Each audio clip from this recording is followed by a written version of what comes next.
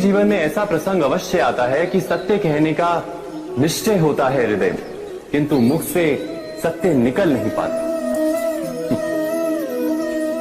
कोई भय मन को घेर लेता है। किसी घटना अथवा प्रसंग के बारे में बात करना या फिर स्वयं से कोई भूल हो जाए उसके बारे में कुछ बोलना, क्या ये सत्य है? नहीं, ये तो केवल तथ्य है। अर्थात जैसा हुआ था वैसा केवल बोल देना सामान्य सी बात है। किंतु कभी कभी उस तथ्य को बोलते हुए भी भय लगता है। कदाचित किसी दूसरे की भावनाओं का विचार आता है मन, दूसरे को दुख होगा ये भय भी शब्दों को रोकता है। तो ये सत्य क्या है? क्या हमने कभी विचार किया है? जब भय रहते हुए भी कोई तथ्य बोलता है तो वो सत्य कहलाता है। वास्तव में सत्य कुछ और नहीं, केवल निर्भयता का दूसरा नाम। और निर्भय होने का कोई समय नहीं होता, क्योंकि निर्भयता आत्मा का स्वभाव है। अर्थात क्या प्रत्येक क्षण सत्य बोलने का क्षण नहीं होता?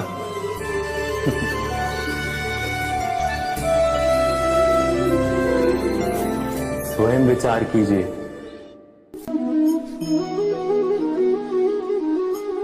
श्रेष्ठता का क्या अर्थ है? श्रेष्ठता का अर्थ है दूसरों से अधिक ज्ञान प्राप्त करना। अर्थात मूल्य इस बात का नहीं कि स्वयं कितना ज्ञान प्राप्त किया, मूल्य इस बात का है कि प्राप्त किया हुआ ज्ञान अन्य लोगों से कितना अधिक है। अर्थात श्रेष्ठता की इच्छा ज्ञान प्राप्ति को भी एक स्पर्धा बना देती है। और स्पर्धा में विजय अंतिम कब होती है?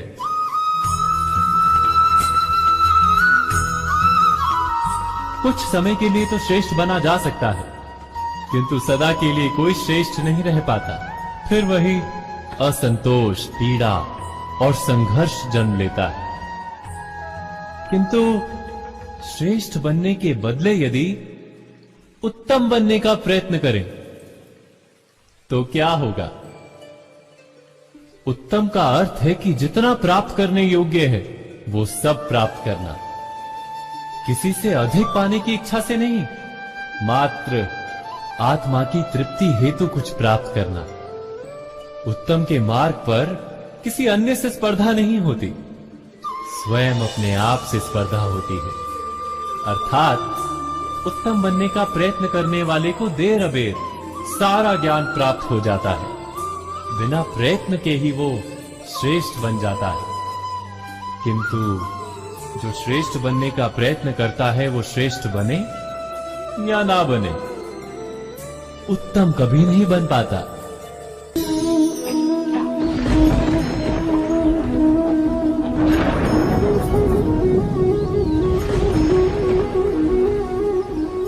सपनों और पूर्व आभासों के आधार पर हम भविष्य के सुख दुख की कल्पना करते हैं। भविष्य के दुख का कारण दूर करने के लिए हम आज योजना बनाते हैं। किंतु कल के संकट को आज निर्मूल करने से हमें लाभ मिलता है या हानि पहुंचती है? ये प्रश्न हम कभी नहीं करते। सत्य तो ये है कि संकट और उसका निवारण सात जन से, व्यक्ति के लिए भी और सृष्टि के लिए भी। नहीं, आप अपने भूतकाल का स्मरण कीजिए, इतिहास को देखिए, आप तुरंत ही ये जान पाएंगे कि जब जब संकट आता है तब तब उसका निवारण करने वाली शक्ति भी जन्म लेती है। यही तो जगत का चलन है। वस्तुतः संकट ही शक्ति के जन्म का कारण है। प्रत्येक व्यक्ति जब संकट से निकलता है तो एक पद आगे बढ़ा होता है, अधिक चमकता है, आत्मविश्वास से अधिक भरा होता है, न केवल अपने लिए अपितु विश्व के लिए भी। क्या ये सत्य नहीं? वास्तव में संकट का जन्म है एक अवसर का जन्म। अपने आप को बदलने का, अपने विचारों को ऊंचाई पर करने का अवसर, अपनी आत्मा को बलवान और ज्ञान मंडित बनाने का अवसर। जो ये कर पाता है उसे कोई संकट नहीं होता, किंतु जो ये नहीं कर पाता वो तो स्वयं एक संकट है विश्व के लिए। विचार कीजिए।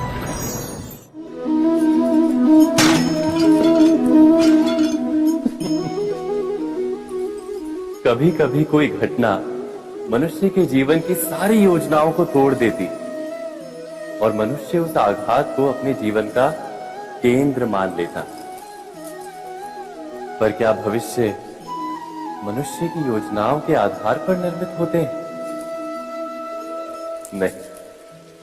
जिस प्रकार किसी ऊंचे पर्वत पर सर्वप्रथम चढ़ने वाला उस पर्वत की तलाई में बैठकर जो योजना बनाता है, क्या वही योजना उसे उस पर्वत की चोटी तक पहुंचाती है?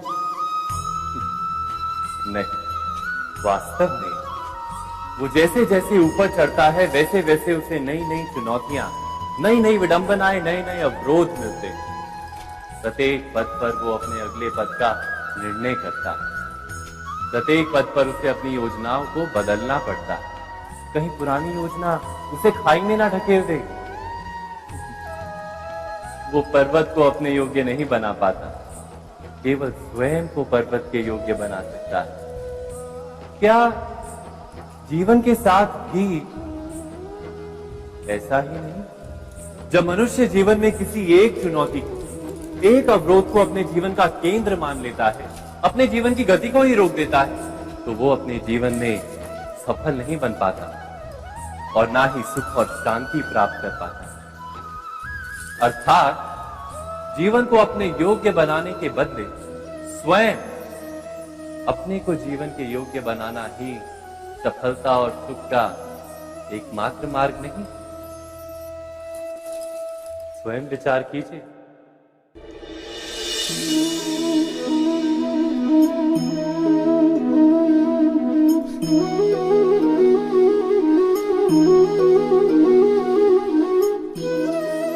जीवन का हर क्षण निर्णय का क्षण होता है। प्रत्येक पद पर दूसरे पद के विषय में कोई निर्णय करना ही पड़ता है और निर्णय अपना प्रभाव छोड़ जाता है। आज किए गए निर्णय भविष्य में सुख अथवा दुख निर्मित करते हैं, ना केवल अपने लिए, अपने परिवार के लिए भी, आने वाली पीढ़ियों के लिए भी। जब कोई दुविधा सामने आती है तो मन व्याकुल हो जाता है, अनिश्चय से भर जाता है। निर्णय का वो क्षण युद्ध बन जाता है और मन बन जाता है युद्ध भूमि। अधिकतर निर्णय हम दुविधा का उपाय करने के लिए नहीं, केवल मन को शांत करने के लिए लेते हैं। पर क्या कोई दौड़ते हुए भोजन कर सकता है? नहीं। तो क्या युद्ध से जूझता हुआ मन कोई योग्य निर्णय ले पाएगा? वास्तव में शांत मन से जब कोई निर्णय करता है तो अपने लिए सुखद भविष्य बनाता है, किंतु अपने मन को शांत करने के लिए जब कोई निर्णय करता है तो वो व्यक्ति भविष्य में अपने लिए कांटों भरा वृक्ष लगाता है। स्वयं विचार कीजिएगा।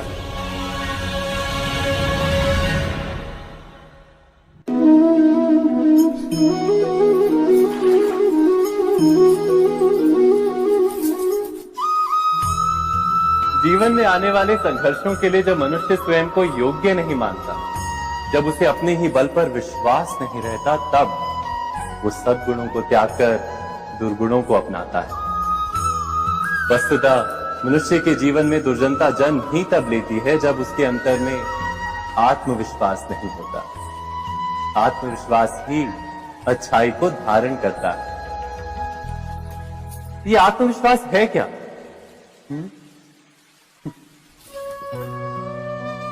जब मनुष्य ये मानता है कि जीवन का संघर्ष उसे दुर्बल बनाता है, तो उसे अपने ऊपर विश्वास नहीं रहता। वो संघर्ष के पार जाने के बदले संघर्ष से छूटने के उपाय ढूंढने लगता है। किंतु जब वो ये समझता है कि ये संघर्ष उसे अधिक शक्तिशाली बनाते हैं, ठीक जैसे व्यायाम करने से देह की शक्ति बढ़ती है, तो प्रत्येक संघर्ष के साथ उसका उत्साह बढ़ता है। अर्थात आत्मविश्वास और कुछ भी नहीं, मन की स्थिति जीवन को देखने का दृष्टिकोण मात्र है। और जीवन का दृष्टिकोण तो मनुष्य के अपने वश में होता है। स्वयं विचार कीजिए।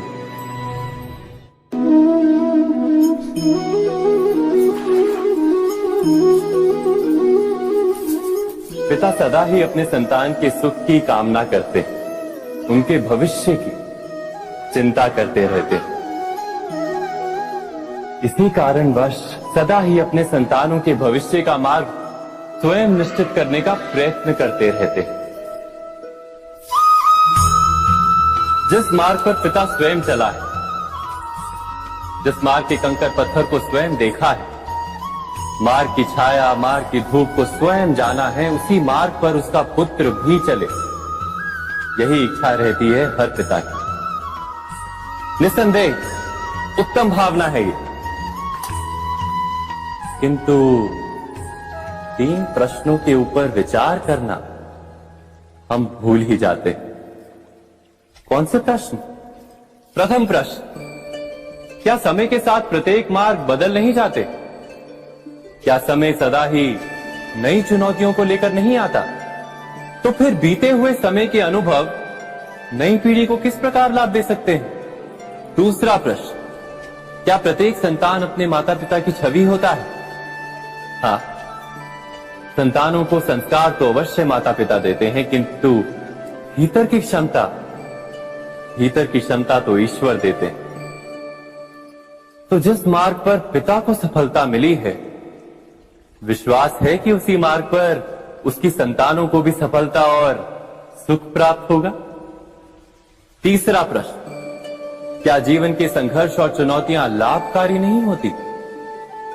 क्या प्रत्येक नया प्रश्न एक नए उत्तर का द्वार नहीं खोलता? तो फिर संतानों को नए नए प्रश्नों, संघर्षों और चुनौतियों से दूर रखना, ये उनके लिए लाभ करना कहलाएगा या हानि पहुंचाना? अर्थात जिस प्रकार संतान के भविष्य का निर्माण करने के बदले उसके चरित्र का निर्माण करना श्रेष्ठ है, वैसे ही संतानों के जीवन का मार्ग निश्चित करने के बदले उन्हें नए संघर्षों के साथ जूझने के लिए मनोबल व ज्ञान देना अधिक लाभदायक नहीं होगा? स्वयं विचार कीजिए। मनुष्य की सबसे बड़ी दुर्बलता क्या होती है? सोचिए।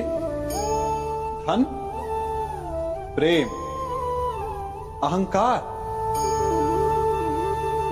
मनुष्य की सबसे बड़ी दुर्बलता होती है उसके रहस्य। चाहे आप कितने भी शक्तिशाली क्यों ना हो, कितने भी प्रबल क्यों ना हो, परंतु उसके रहस्य उसके नाश की चाबी होती है। इसलिए यदि प्रबल रहना है, शक्तिशाली रहना है, समर्थ रहना है, तो अपने रहस्य को किसी को भी ना बताएं, ना मित्र को और ना ही शत्रु को, क्योंकि समय पड़ने पर कब कौन शत्रु हो जाए ऐसा कहना संभव नहीं। विभीषण को रावण के अमृत कुंड का ज्ञात था, इसीलिए प्रभु श्री राम रावण का वध करने में सफल हो सके। इसलिए उचित यही है कि आप अपने रहस्य को स्वयं तक ही सीमित रखें। मनुष्य जीवन की परीक्षा में सफल होने के लिए क्या नहीं करता? वो परिश्रम करता है, दौड़ भाग करता है, और ये सब करने के पश्चात भी जब उसका काम नहीं बनता तो वो नकल करता है ना? तनिक लौटिए अपने बचपन में, स्मरण कीजिए अपने बचपन की स्मृतियों का। क्या स्मरण हुआ? विद्यालय में जब आप परीक्षा देने जाते थे तो क्या होता था? आप ना सही, परंतु कोई ना कोई सफलता पाने के लिए नकल करता ही था और उत्तीर्ण भी हो जाता था। है ना? परंतु जीवन की परीक्षा ऐसी नहीं होती। नकल करने वाला सफल नहीं होता। कारण विद्यालय में सबके प्रश्न पत्र एक होते थे, परंतु जीवन के प्रश्न पत्र और उनकी कठिनाई सबके लिए भिन्न होती। तो निश्चित रूप से उनके उत्तर भी भिन्न होंगे ना। इसलिए यदि आपको जीवन में सफलता पानी है तो नकल ना कीजिए। स्वयं के प्रश्नों का उत्तर स्वयं ढूंढिए और सफलता आपकी ही होगी। मनुष्य का जीवन हार और जीत, विजय और पराजय, सफलता और असफलता के मध्य झूलता रहता है। आपके साथ भी ऐसा होता होगा, है ना? जब आप सफल होते हैं, किसी चुनौती पर विजय पाते हैं, तो मन प्रसन्नता से आनंद के उपवन में झूमने लगता है। और जब आप असफल होते हैं, तब मन दुख और पीड़ा के सागर में डूबने लगता है। परंतु वास्तव में सफलता और असफलता है क्या? तनिक ध्यान से सोचिए। ये केवल हमारी मनोस्थिति मात्र है। हमारी पराजय तब नहीं होती जब हमारा शत्रु विजय प्राप्त कर ले। हमारी पराजय तब होती है जब हम पराजय स्वीकार करें। हम असफल तब नहीं होते जब हम लक्ष्य ना पा सके। हम असफल तब होते हैं जब हम प्रयास करना बंद कर दें। इसलिए प्रयास करते रहें और हार ना माने, क्योंकि जिस दिन आप हार स्वीकारना बंद कर देंगे, जीत आपके चरणों में होगी।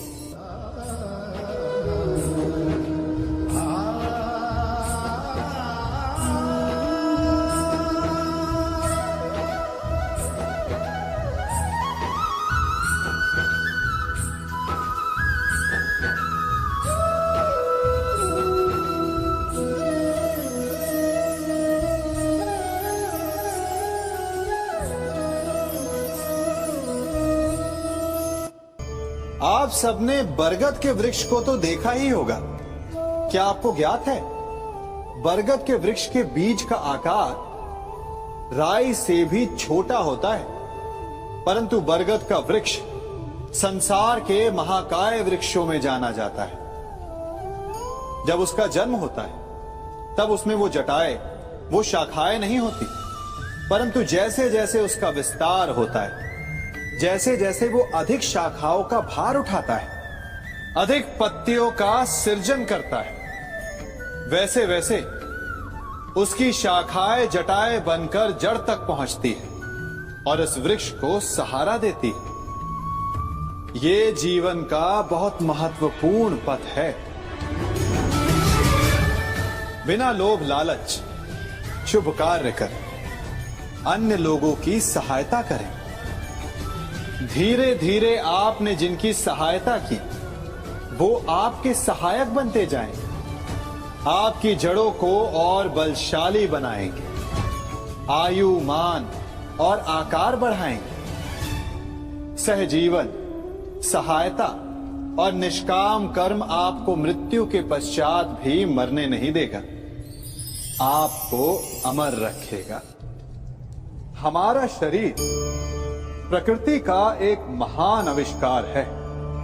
इससे जटिल संरचना संसार में और कोई नहीं। हमारा शरीर जितना जटिल है, यदि इसे ठीक से जाना जाए तो इससे अधिक सरल ज्ञान देने वाला और कोई नहीं। हमारे शरीर में पंच इंद्रियां होती हैं, जो हमें भाव, गुण और वस्तुओं का बोध कराती हैं। हमारे पास आंखें हैं, नाक है, स्पर्श के लिए त्वचा है, कान है और जीभा है। सबका भिन्न भिन्न कार्य है। आंखों से देखना, कानों से सुनना, नथनों से श्वास लेना, त्वचा से स्पर्श करना और जीभा से स्वाद लेना। परंतु क्या आपने कभी सोचा कि प्रकृति ने हमें 2 आंखें दी, 2 नथने दी, 2 कान दी, स्पर्श के लिए ये पूरा शरीर दिया, परंतु जीवा केवल एक दी। ऐसा क्यों? क्योंकि प्रकृति चाहती है कि हम देखें अधिक, सुने अधिक और ज्ञान अधिक अर्जित करें, बोले कम। क्योंकि अधिक वाचाल नाश को निमंत्रण देता है। स्मरण रखिएगा।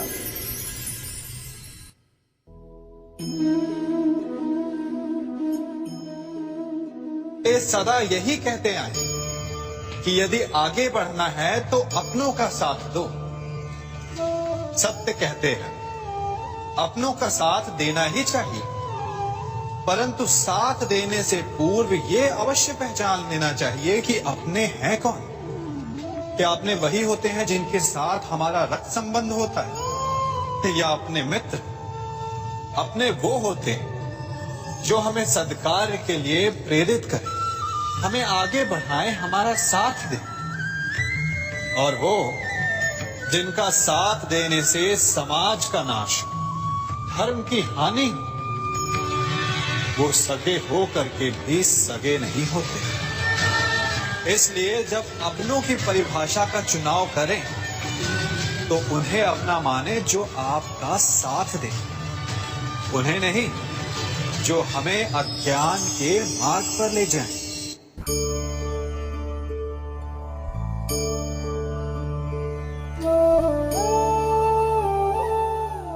आप जिनसे प्रेम करते हैं सदा उनके समीप रहना चाहते हैं, नहीं चाहते कि कभी अपनों से दूर होना पड़े, बिछड़ना पड़े। परंतु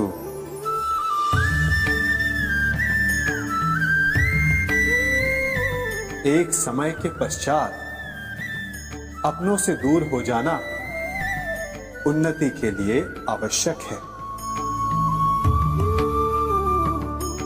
आप माता पिता हैं। यदि आप अपनी संतान के जीवन के हर पग पर उनका मार्गदर्शन करते रहेंगे तो आपकी संतान स्वयं मार्ग चुनना कैसे सीखेगी?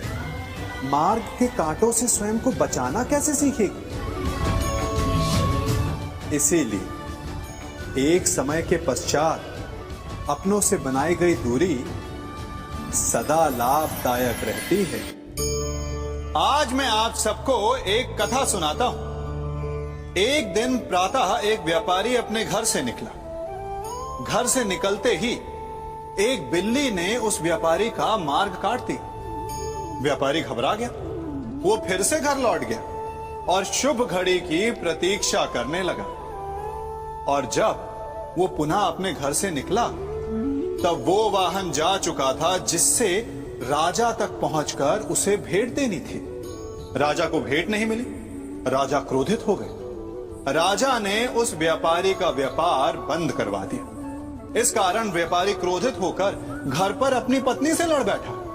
पत्नी अपने बच्चों समेत मैके वापस चली गई और उस व्यापारी के जीवन में यदि कुछ रह गया था तो केवल अंधकार। और इन सब का कारण वो उस बिल्ली को मानता रहा जिसने उसका मार्ग काटा था। ऐसा ही एक दूसरा व्यापारी राजा को भेंट देने निकला और उस व्यापारी का मार्ग भी एक बिल्ली ने काट दिया। वो व्यापारी तनिक घबराया, परंतु उसने आगे बढ़ना अधिक उचित समझा। राजा तक वो समय पर पहुंचा। उसने राजा को भेंट दी। राजा प्रसन्न हुए और राजा ने व्यापारी को अपना व्यापार बढ़ाने की अनुमति दी, स्वर्ण आभूषण दी। जब व्यापारी घर पर पहुंचा तो पत्नी को आभूषण और अपने बच्चों को देने के लिए वस्त्र थे उसके पास। हर ओर प्रसन्नता थी। समझ रहे हैं ना? दोनों के साथ एक ही प्रकार की घटना हुई, परंतु दोनों की प्रतिक्रिया भिन्न थी। ऐसा ही हमारा जीवन भी है। हमारे जीवन में प्रारब्ध का अपना स्थान है, परंतु उससे कई अधिक महत्वपूर्ण हमारी प्रतिक्रिया, हमारे सोच का प्रभाव है, क्योंकि यही हमारे जीवन को आकार देते हैं। इसलिए अपनी सोच को सकारात्मक रखिए। आपका जीवन सदैव आनंदमय।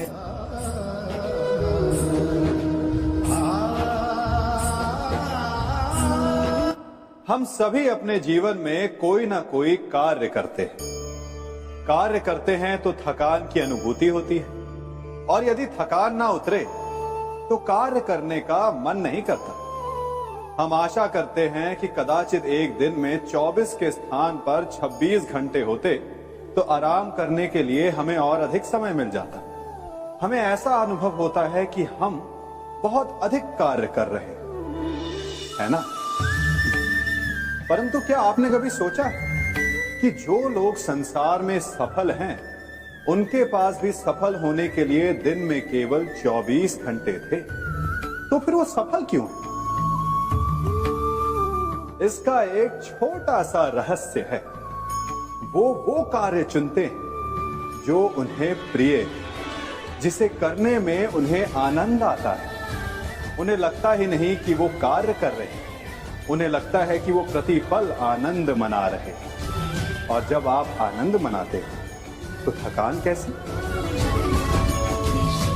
इसलिए यदि आप जीवन में कोई भी कार्य करें तो वो आपके मन को भाना चाहिए, या जो कार्य आप कर रहे हैं उसे अपने मन को भा देने दो।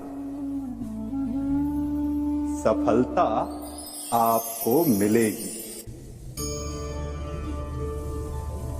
कभी सोचा है हमारा जीवन भी उस रेत की घड़ी की भांति है?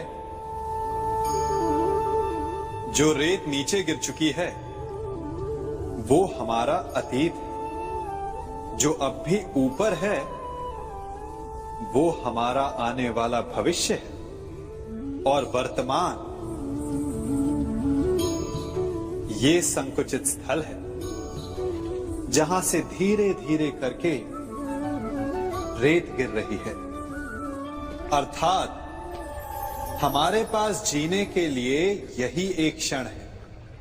उसका उपयोग कैसे करना है ये हम पर निर्भर करता है। जो बीत गया उसका दुख मनाना है, या जो भविष्य में होने वाला है उसकी प्रतीक्षा में क्रोध करना है। सब कुछ करने के लिए यही एक क्षण है। प्रसन्न रहना है तो उसके लिए भी यही एक पल है। प्रतीक्षा करते रहोगे तो ये पल भी भूतकाल में बदल जाएगा। इसलिए आनंद के लिए, परोपकार के लिए प्रतीक्षा ना कीजिए।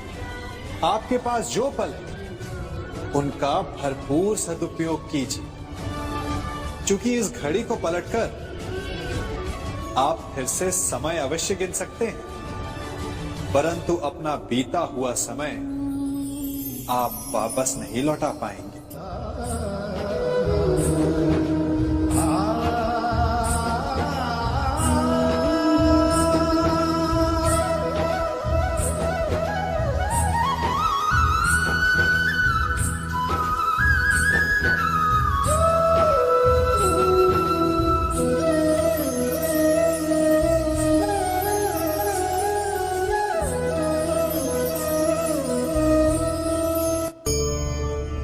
मनुष्य भी बड़ा विचित्र प्राणी है।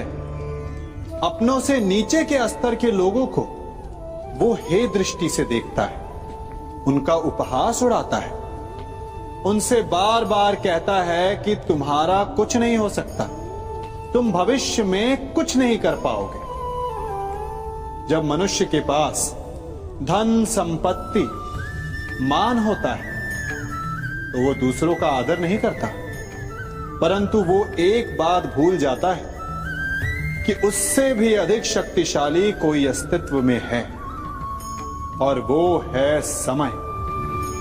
काल काल अपना चक्र कब बदलेगा ये कोई नहीं जानता। समय अपनी करवट कब लेगा ये कोई नहीं जानता।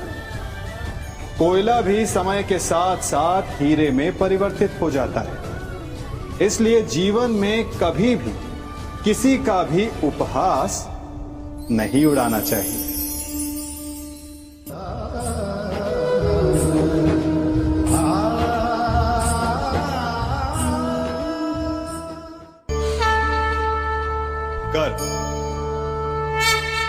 अभिमान और अहंकार, ये तीनों सुनने में एक जैसे लगते हैं, परंतु तीनों का अर्थ भिन्न होता है और परिणाम भी। तीनों का आरंभ प्रेम से होता है। स्वयं से प्रेम, परिश्रम हमारे मन में गर्व को जन्म देता है और सफलता अभिमान जगाती है। यहां तक ठीक है, परंतु जब ये भावना अहंकार बन जाती है तब वो समस्या बन जाती है, क्योंकि सबसे बुरा अंत अहंकारी का ही होता है। परंतु मनुष्य के लिए पहेली यही है कि पहचाना कैसे जाए कि अहंकार जग गया है और उसका दमन आवश्यक है। इसका उत्तर मैं नहीं, आपका मन देगा। जब तक आप स्वयं से प्रसन्न हैं, जब तक आप सबसे ऊंचा उठने का प्रयास कर रहे हैं, तब तक ठीक है।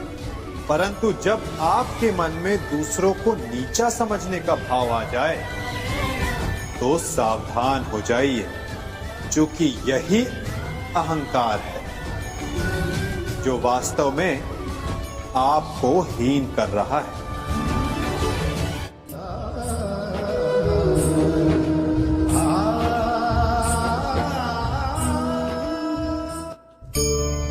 आज मैं आप सबको एक कहानी सुनाता हूं। एक दिन गोकुल में दो व्यापारी आए। एक व्यापारी शहद का था, बड़ा मीठा शहद था उसका, परंतु वो गोकुल में टिक नहीं पाया। उसके व्यापार ने घाटा खाया और शीघ्र ही वो गोकुल छोड़कर चला गया। और दूसरा व्यापारी मिर्च का था। पहले दिन वो एक पोटली लाया और दूसरे ही दिन वो पूरी बैलगाड़ी भर कर लाया और धीरे धीरे पूरी मथुरा में उसकी धाक जम गई। मुझे बड़ा आश्चर्य हुआ, तो मैंने बाबा से पूछा कि ऐसा क्यों कि एक मीठे शहद का व्यापारी कंगाल हो गया और एक मिर्च का व्यापारी धीरे धीरे नगर सेठ बन गया। बाबा मुस्कुराए और उन्होंने कहा कि मीठी बोली बोलने वाले की तीखी मिर्च भी बिक जाती है और जो कड़वी बोली बोलता है उसका मीठा शहद भी नहीं बिकता। वाह, कितने उत्तम विचार हैं उनके। और उचित ही है, मनुष्य अपने जीवन में सदैव अपने वचनों से उठता है और अपने वचनों से ही गिरता है।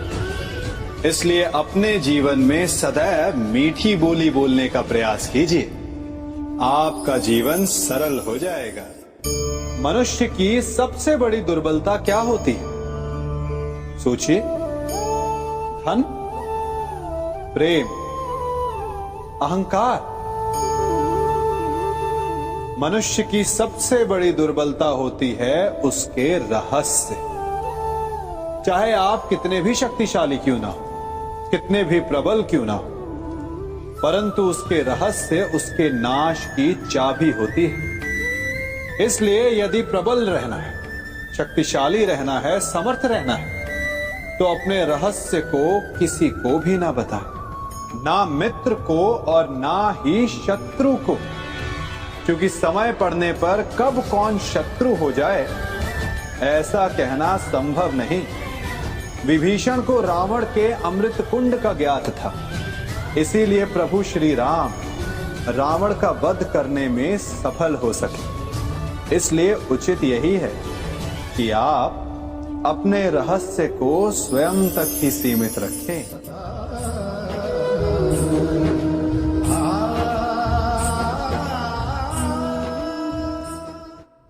युवा अवस्था भी हमारे जीवन का कितना सुंदर काल होता है ना। बाहु में बल, मन में कुछ बड़ा कर जाने की चाह, आंखों में भविष्य के सुंदर और कोमल सपने। और इसी अवस्था में मनुष्य के भीतर पनपता है प्रेम। किसी को देखकर उस पर मन मोहित हो जाता है और फिर मनुष्य अपना सब कुछ उस पर न्यौछावर कर देना चाहता है। फिर प्रेम की परिणति होती है विवाह में। क्यों? सबको अपने खट्टे मीठे संस्मरण स्मरण हुआ है ना। परंतु यहीं से अधिकतर माता पिता और संतान के मध्य विचारों का विरोध प्रारंभ हो जाता है। संतान को लगता है कि उसका चुना जीवन साथी ही उसके लिए उपयुक्त है और माता पिता को लगता है कि संतान अनजाने में भूल कर रही है। संतान का तर्क होता है कि उसे विवाह किससे करना है, ये उसका अधिकार है। और माता पिता का तर्क ये होता है कि अब भी जीवन साथी चुनने की समझ संतान में है ही नहीं। तो इस अवरोध को काटा कैसे जाए, उचित निर्णय कैसे लिया जाए?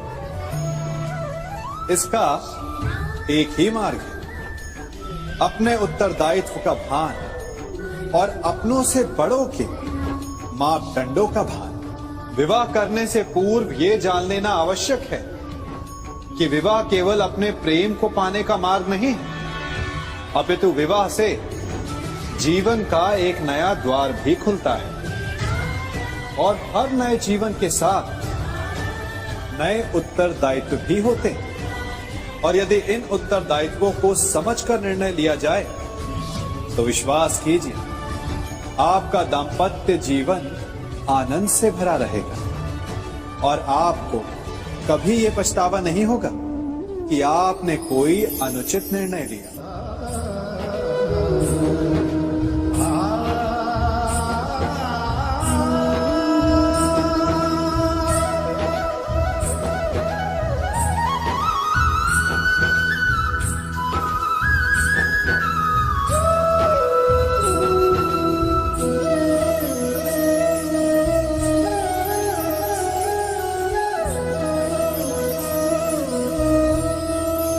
जब सागर का जल वाष्प बनकर उड़ता है तब वो हमें दिखाई नहीं देता।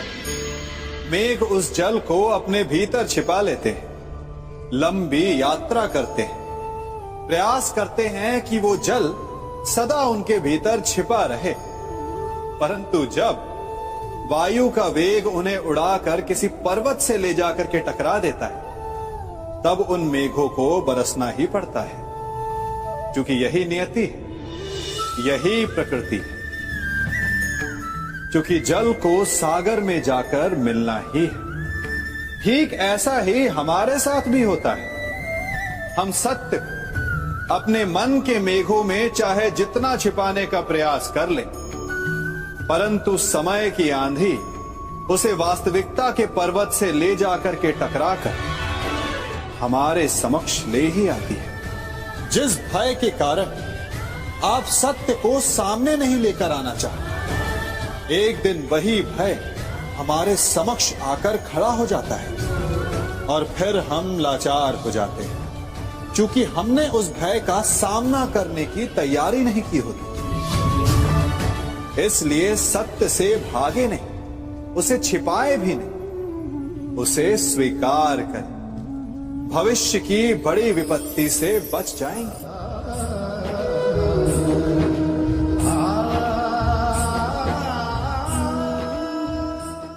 कभी कभी आप सबके जीवन में एक ऐसी विचित्र समस्या अवश्य आती है कि शक्तिशाली के समक्ष मौन हो जाओ। कि उस शक्तिशाली से विवाद करने से बचने के लिए आप मौन रह जाते। मानता हूं, ऐसा करने से आप एक विवाद से बच जाते, एक संघर्ष से बच जाते, परंतु ऐसा बचाव एक बड़े संघर्ष को जन्म दे देता है। कैसे? हमारा मौन रहना अनजाने में उसका समर्थन बन जाता है और वो स्वयं को अधिक शक्तिशाली अनुभव करता है और यहां से हमारा दमन प्रारंभ हो जाता है। एक के बाद एक हम अन्याय में अनचाहे रूप से सम्मिलित होते चले जाते हैं। तो इसका तोड़ क्या है?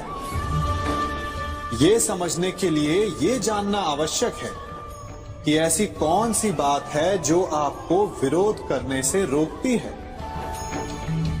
ये सामने वाले की शक्ति नहीं जो आपको रोकती, या आपके भीतर छिपा भय है जो आपको रोकता है। हाँ, कभी कभी भय आपकी सुरक्षा अवश्य कर सकता है, परंतु साथ साथ ये भी जानना आवश्यक है कि ये भय ही है जो आपको मौन भी रखता है।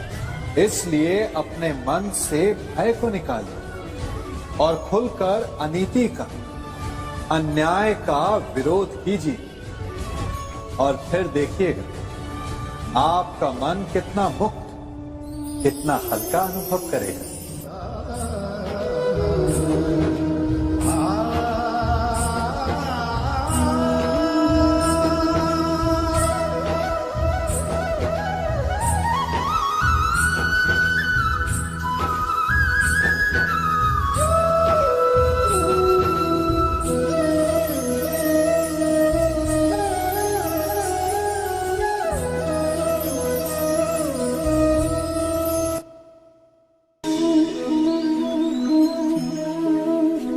सबके जीवन में ऐसा प्रसंग अवश्य आता है कि सत्य कहने का निश्चय होता है हृदय में, किंतु मुख से सत्य निकल नहीं पाता।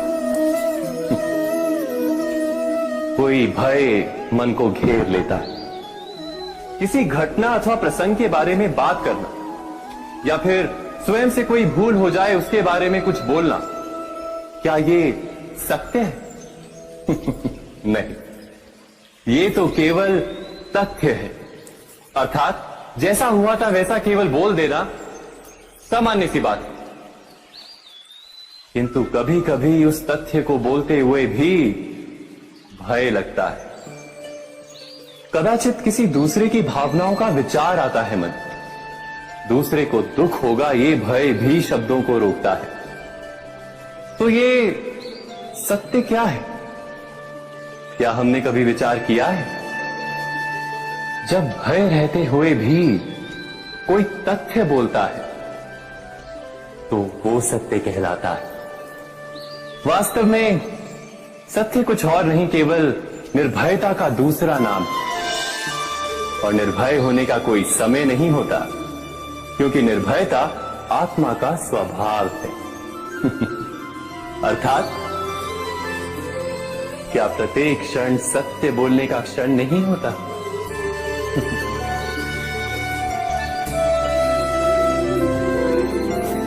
स्वयं विचार कीजिए।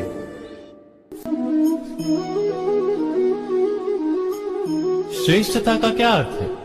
श्रेष्ठता का अर्थ है दूसरों से अधिक ज्ञान प्राप्त करना। अर्थात मूल्य इस बात का नहीं कि स्वयं कितना ज्ञान प्राप्त किया, मूल्य इस बात का है कि प्राप्त किया हुआ ज्ञान अन्य लोगों से कितना अधिक है।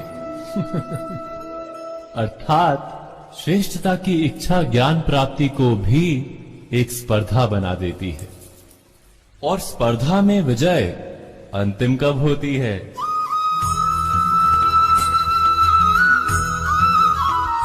कुछ समय के लिए तो श्रेष्ठ बना जा सकता है, किंतु सदा के लिए कोई श्रेष्ठ नहीं रह पाता। फिर वही असंतोष, पीड़ा और संघर्ष जन्म लेता है।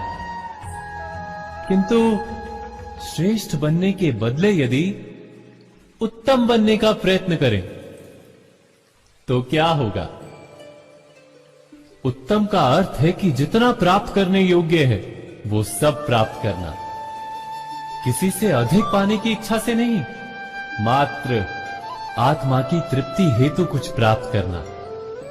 उत्तम के मार्ग पर किसी अन्य से स्पर्धा नहीं होती, स्वयं अपने आप से स्पर्धा होती है। अर्थात उत्तम बनने का प्रयत्न करने वाले को देर अबेर सारा ज्ञान प्राप्त हो जाता है, बिना प्रयत्न के ही वो श्रेष्ठ बन जाता है। किंतु जो श्रेष्ठ बनने का प्रयत्न करता है वो श्रेष्ठ बने या ना बने, उत्तम कभी नहीं बन पाता।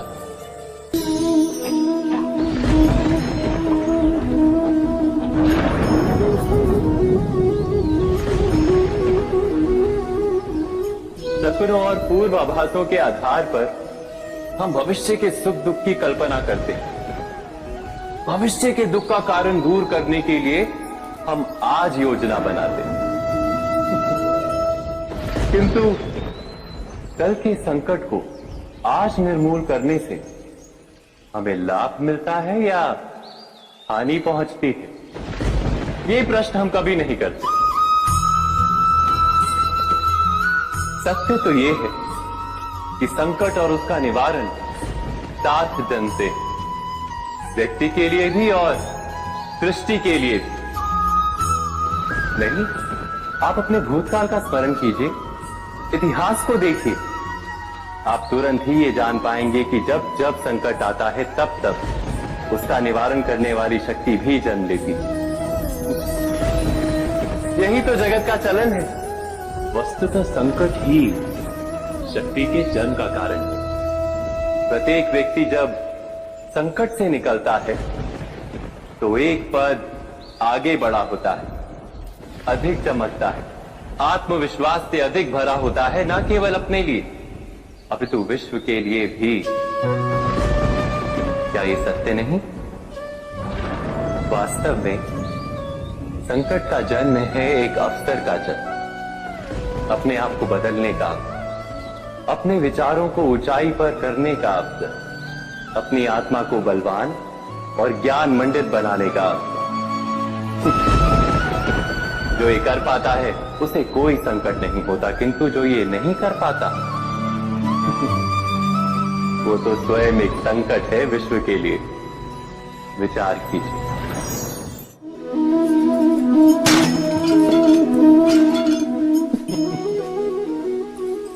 कभी कभी कोई घटना मनुष्य के जीवन की सारी योजनाओं को तोड़ देती और मनुष्य उस आघात को अपने जीवन का केंद्र मान लेता।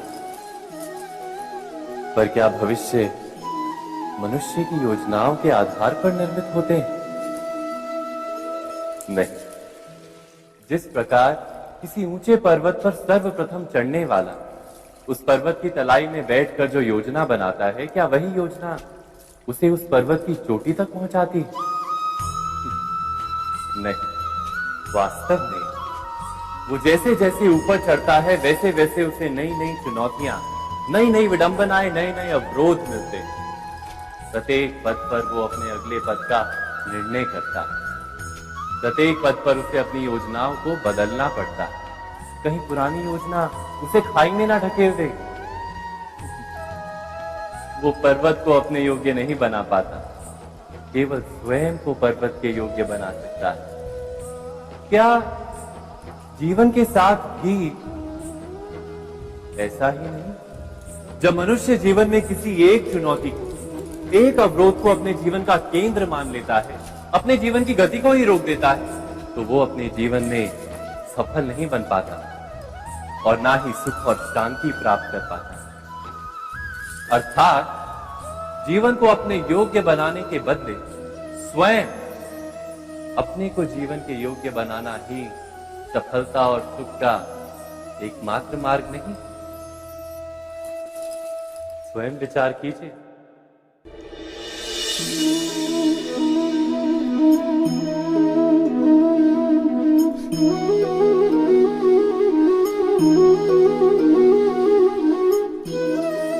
जीवन का हर क्षण निर्णय का क्षण होता है। प्रत्येक पद पर दूसरे पद के विषय में कोई निर्णय करना ही पड़ता है और निर्णय अपना प्रभाव छोड़ जाता है। आज किए गए निर्णय भविष्य में सुख अथवा दुख निर्मित करते हैं, ना केवल अपने लिए, अपने परिवार के लिए भी, आने वाली पीढ़ियों के लिए भी। जब कोई दुविधा सामने आती है तो मन व्याकुल हो जाता है, अनिश्चय से भर जाता है। निर्णय का वो क्षण युद्ध बन जाता है और मन बन जाता है युद्ध भूमि। अधिकतर निर्णय हम दुविधा का उपाय करने के लिए नहीं, केवल मन को शांत करने के लिए लेते हैं। पर क्या कोई दौड़ते हुए भोजन कर सकता है? नहीं। तो क्या युद्ध से जूझता हुआ मन कोई योग्य निर्णय ले पाएगा? वास्तव में शांत मन से जब कोई निर्णय करता है तो अपने लिए सुखद भविष्य बनाता है, किंतु अपने मन को शांत करने के लिए जब कोई निर्णय करता है तो वो व्यक्ति भविष्य में अपने लिए कांटों भरा वृक्ष लगाता है। स्वयं विचार कीजिएगा।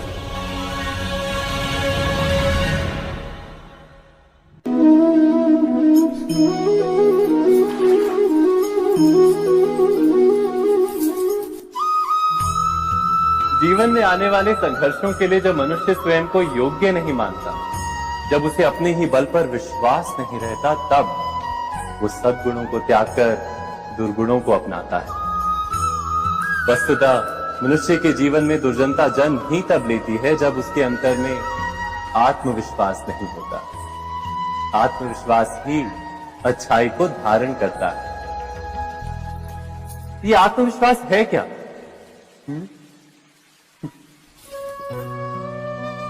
जब मनुष्य ये मानता है कि जीवन का संघर्ष उसे दुर्बल बनाता है, तो उसे अपने ऊपर विश्वास नहीं रहता। वो संघर्ष के पार जाने के बदले संघर्ष से छूटने के उपाय ढूंढने लगता है। किंतु जब वो ये समझता है कि ये संघर्ष उसे अधिक शक्तिशाली बनाते हैं, ठीक जैसे व्यायाम करने से देह की शक्ति बढ़ती है, तो प्रत्येक संघर्ष के साथ उसका उत्साह बढ़ता है। अर्थात आत्मविश्वास और कुछ भी नहीं, मन की स्थिति, जीवन को देखने का दृष्टिकोण मात्र है। और जीवन का दृष्टिकोण तो मनुष्य के अपने वश में होता है। स्वयं विचार कीजिए।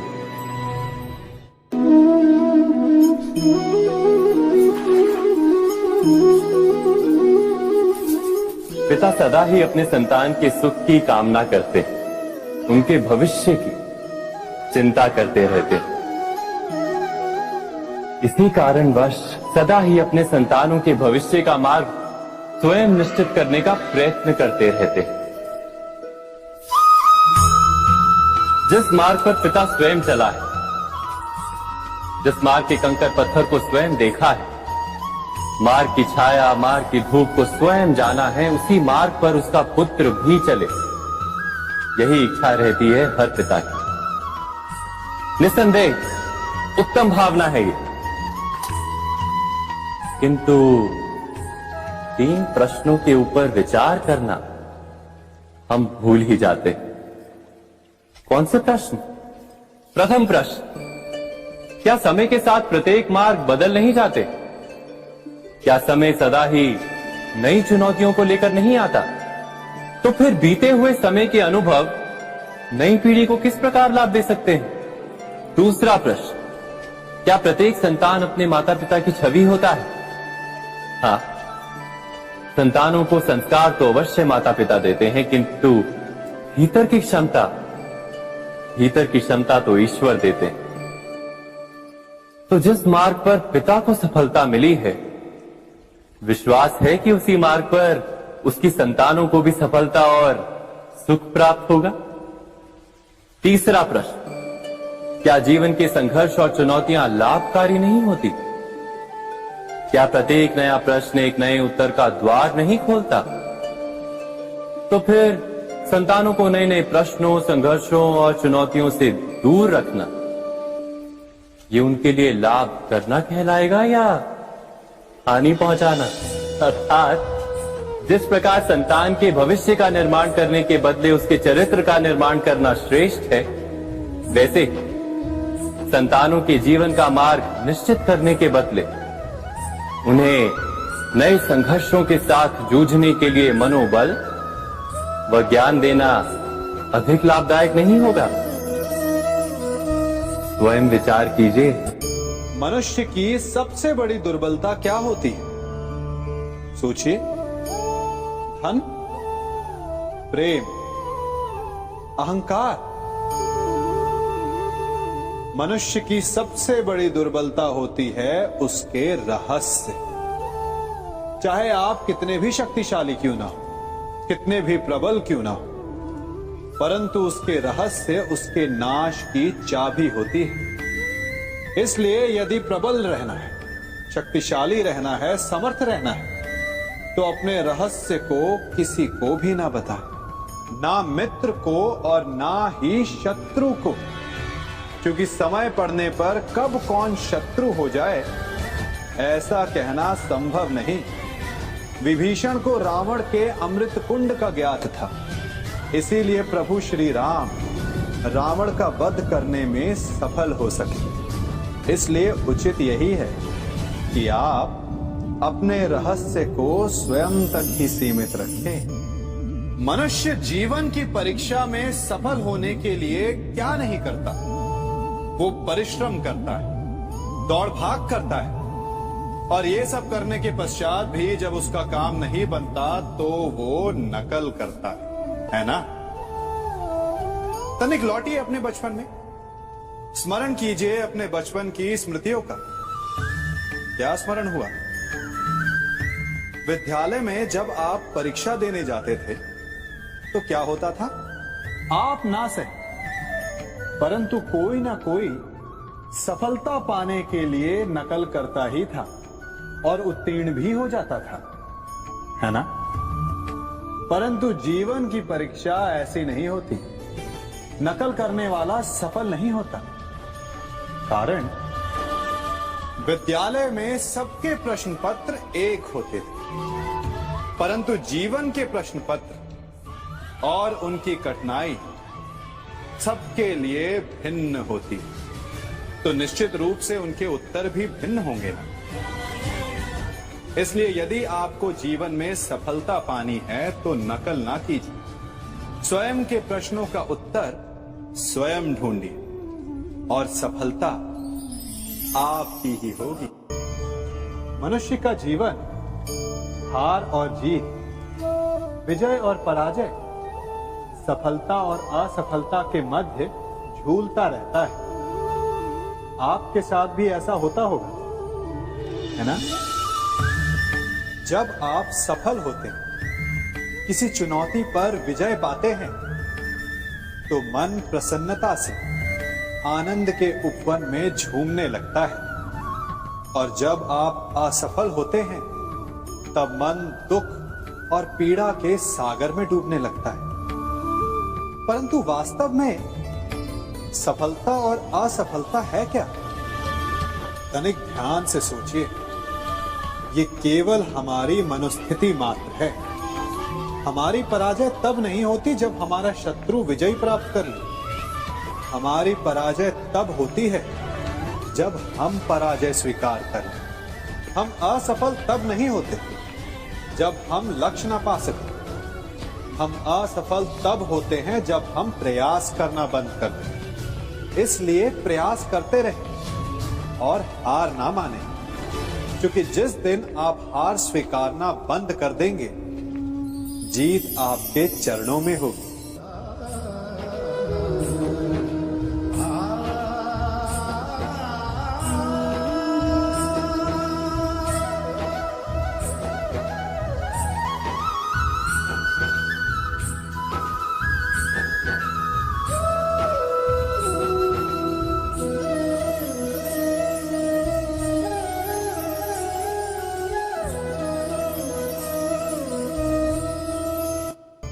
आप सबने बरगद के वृक्ष को तो देखा ही होगा। क्या आपको ज्ञात है, बरगद के वृक्ष के बीज का आकार राई से भी छोटा होता है, परंतु बरगद का वृक्ष संसार के महाकाय वृक्षों में जाना जाता है।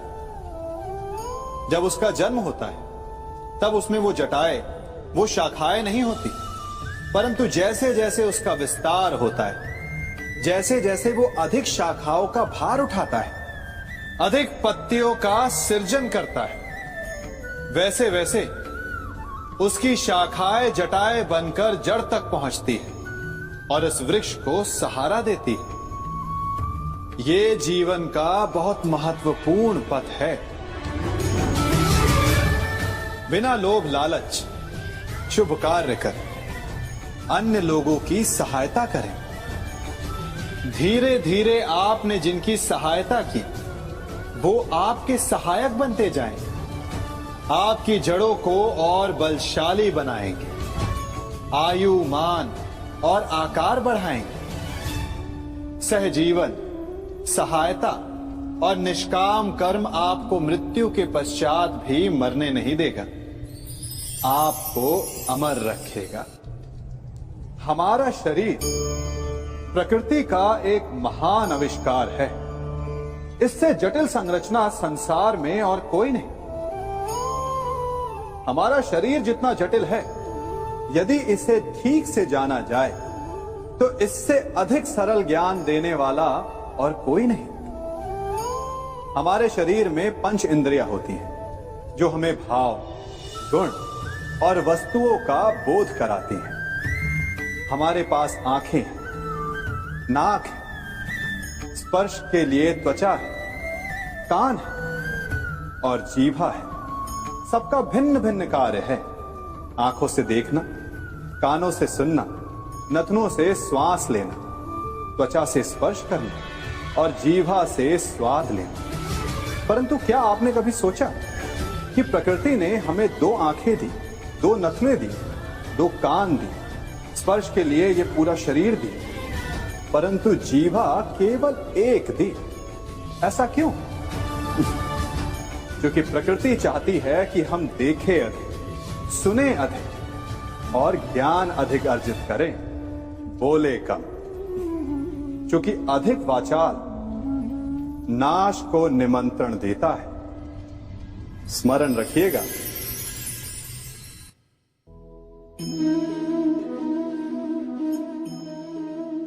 ये सदा यही कहते आए कि यदि आगे बढ़ना है तो अपनों का साथ दो।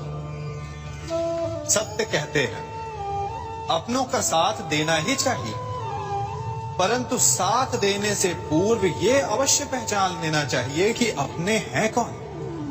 क्या अपने वही होते हैं जिनके साथ हमारा रक्त संबंध होता है, या अपने मित्र? अपने वो होते हैं जो हमें सद्कार्य के लिए प्रेरित करें, हमें आगे बढ़ाएं, हमारा साथ दें। और वो जिनका साथ देने से समाज का नाश, धर्म की हानि, वो सगे हो करके भी सगे नहीं होते। इसलिए जब अपनों की परिभाषा का चुनाव करें तो उन्हें अपना माने जो आपका साथ दे, उन्हें नहीं जो हमें अज्ञान के मार्ग पर ले जाएं।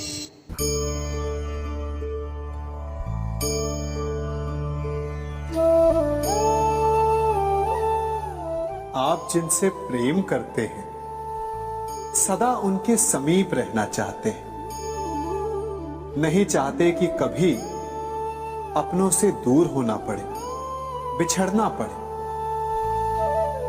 परंतु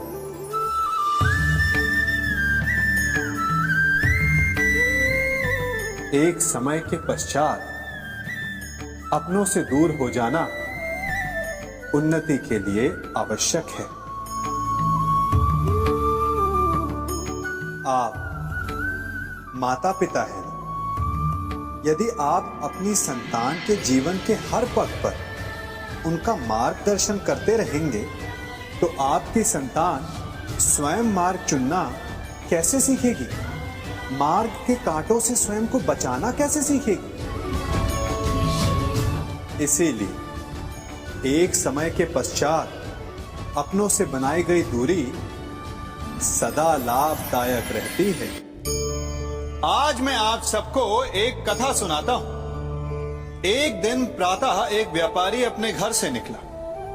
घर से निकलते ही एक बिल्ली ने उस व्यापारी का मार्ग काट दिया। व्यापारी घबरा गया। वो फिर से घर लौट गया और शुभ घड़ी की प्रतीक्षा करने लगा। और जब वो पुनः अपने घर से निकला तब वो वाहन जा चुका था जिससे राजा तक पहुंचकर उसे भेंट देनी थी। राजा को भेंट नहीं मिली। राजा क्रोधित हो गए। राजा ने उस व्यापारी का व्यापार बंद करवा दिया। इस कारण व्यापारी क्रोधित होकर घर पर अपनी पत्नी से लड़ बैठा। पत्नी अपने बच्चों समेत मैके वापस चली गई और उस व्यापारी के जीवन में यदि कुछ रह गया था तो केवल अंधकार। और इन सब का कारण वो उस बिल्ली को मानता रहा जिसने उसका मार्ग काटा था। ऐसा ही एक दूसरा व्यापारी राजा को भेंट देने निकला और उस व्यापारी का मार्ग भी एक बिल्ली ने काट दिया।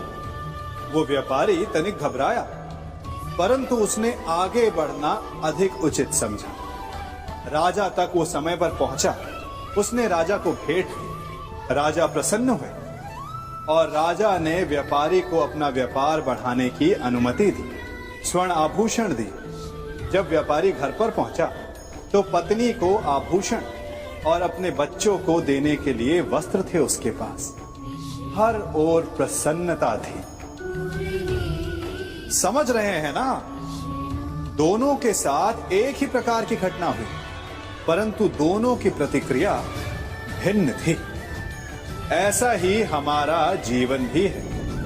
हमारे जीवन में प्रारब्ध का अपना स्थान है, परंतु उससे कई अधिक महत्वपूर्ण हमारी प्रतिक्रिया, हमारे सोच का प्रभाव है, क्योंकि यही हमारे जीवन को आकार देते हैं। इसलिए अपनी सोच को सकारात्मक रखिए।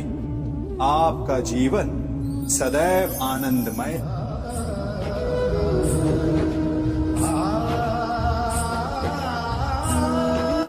हम सभी अपने जीवन में कोई ना कोई कार्य करते हैं। कार्य करते हैं तो थकान की अनुभूति होती है, और यदि थकान ना उतरे तो कार्य करने का मन नहीं करता।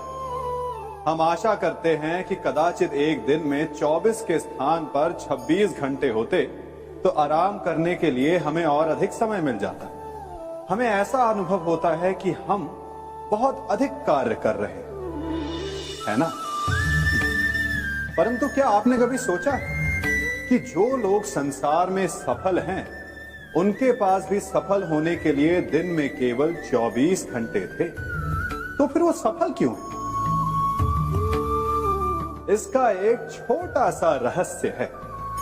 वो कार्य चुनते हैं जो उन्हें प्रिय है, जिसे करने में उन्हें आनंद आता है। उन्हें लगता ही नहीं कि वो कार्य कर रहे हैं, उन्हें लगता है कि वो प्रतिपल आनंद मना रहे हैं। और जब आप आनंद मनाते हैं तो थकान कैसी?